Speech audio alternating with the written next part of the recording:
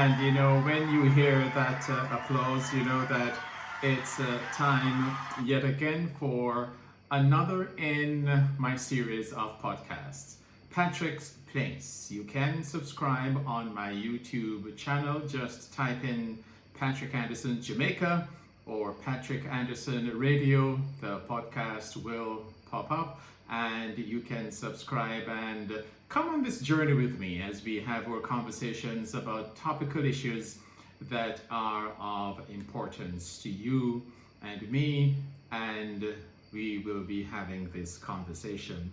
On my podcast now, I will be looking at the Jamaica Labour Party's launch of its manifesto on Sunday, August 24. I will be having a number of podcasts this week rather than my weekly podcast because of the swift movement of events as we are fast approaching Election Day in Jamaica on Wednesday, September 3. So, I'll be quickly reviewing the Jamaica Labour Party's manifesto launched on Sunday, August 24. I'll also review quickly the first debate on the social issues between the parties, the PNP and the JLP. I will post another podcast after the second debate on the economy on Tuesday.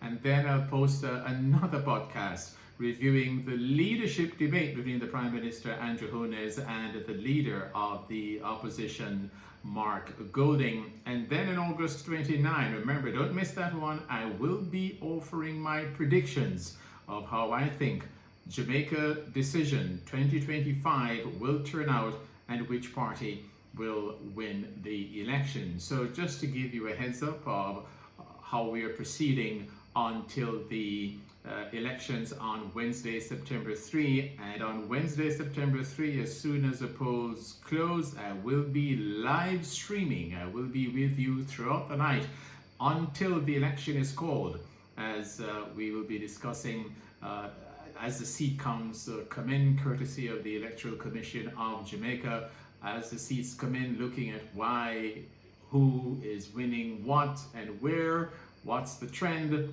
until the election is called on Wednesday, September 3. So let's take a look at the launch of the Jamaica Labour Party's manifesto. You know, I said to my wife that it wasn't a case that the Jamaica Labour Party was not going to publish its manifesto. That was never in doubt.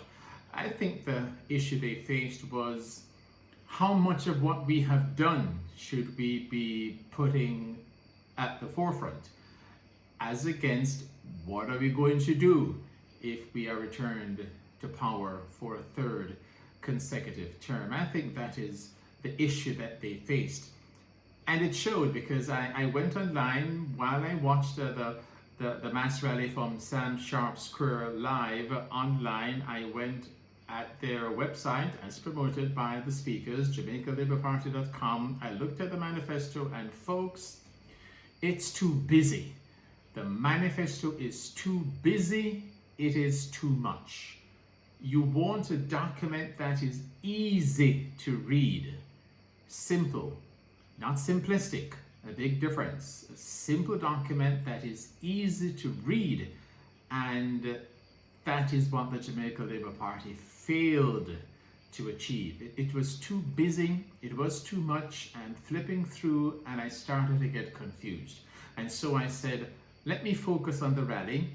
Let me wait until the Prime Minister speaks, and I'm sure he will speak as to what he will be planning to do, which he did. And that is where I got some of the information as to where they are going, because as to what they have achieved, there's no question that they've achieved a lot. 256 listed achievements broken down in myriads of sections. It's just too much. And so I captured the essence of what the party has achieved. Good governance, getting the debt to GDP ratio down from 130% to 62% is fantastic. Europe, a lot of European countries in the European Union has that as a matter of law, that the debt to GDP ratio cannot be more than 60%. So the Andrew Holness administration has Jamaica in a good economic position, in good company. investment is coming in, crime is at its lowest in many a year, and there is overall good governance. There is, when you look at the crime situation, folks, I looked back at what happened when the United States was in Iraq, the war in Iraq, and they were losing about 400 soldiers a year. Jamaica has never been at war, and at the height of the crime situation in Jamaica, we were losing upwards of 1,000 people, 1,400 per year, and the country was not at war. So to get it down to 700, which is very high for a country with about 3 million people on the island, it's still too high, but contextually, it's very good. The Prime Minister said they plan to deliver water to another 900,000 Jamaicans, ostensibly in rural Jamaica, through various projects. The Western Resilience Project, utilizing the Martha Brae River, the Content Project, using the Rio Cobre River.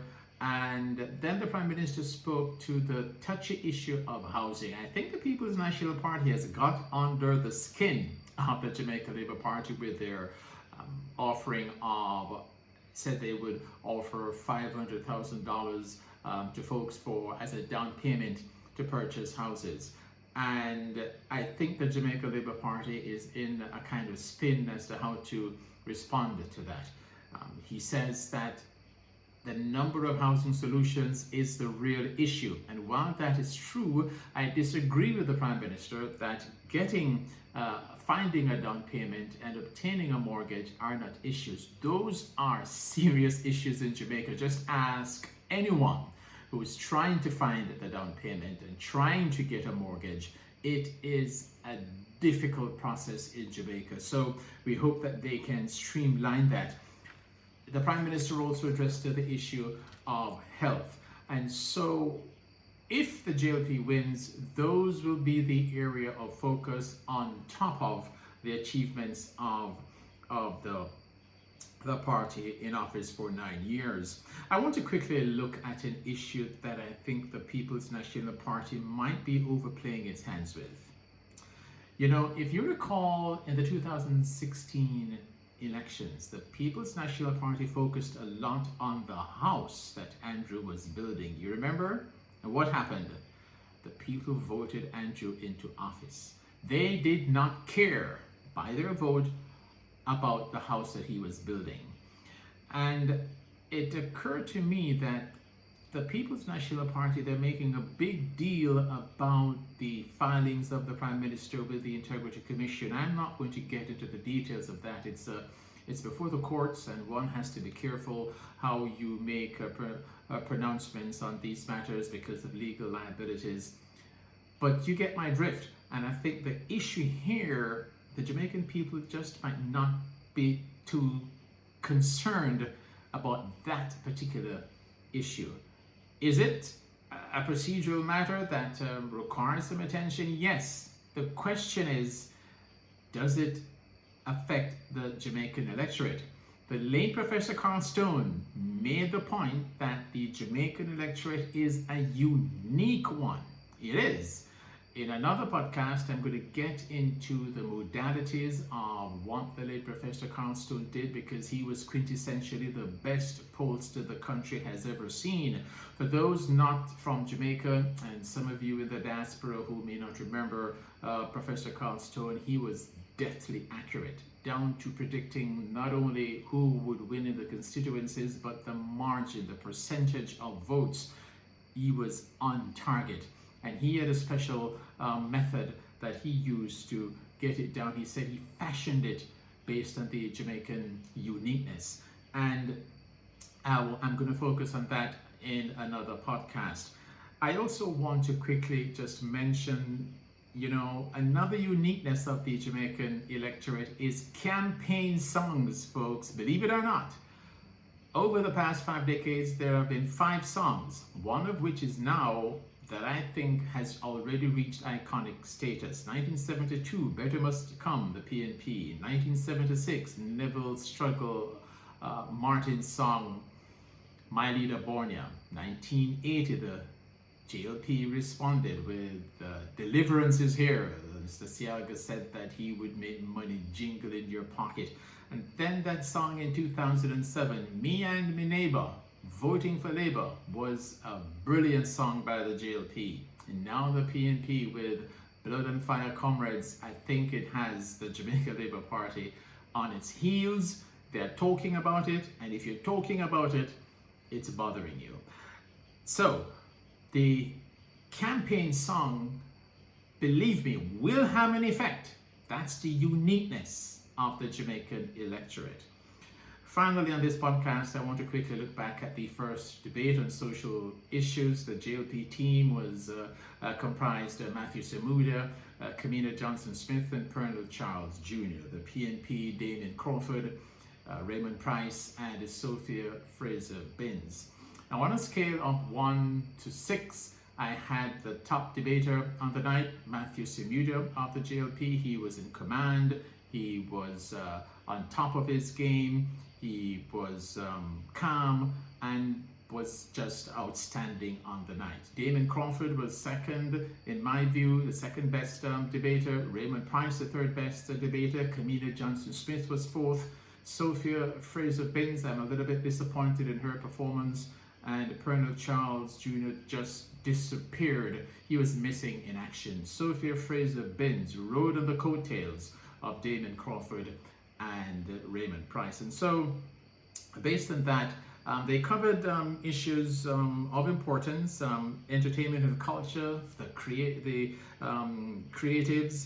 They looked at access to the beach, the environment, environmental impact studies, access to the beach, housing, health, technology, the digital space, and the People's National Party looked more at how the macroeconomics was failing to impact on the people.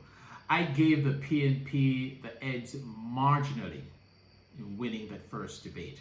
So we'll see what happens with the second debate on the economy and then the leadership debate. So folks, remember you can subscribe to my podcast. Just go to my YouTube channel, type in Patrick Anderson Jamaica or Patrick Anderson Radio, and my podcast will pop up. I'll see you again next time. Until then, be well, be safe.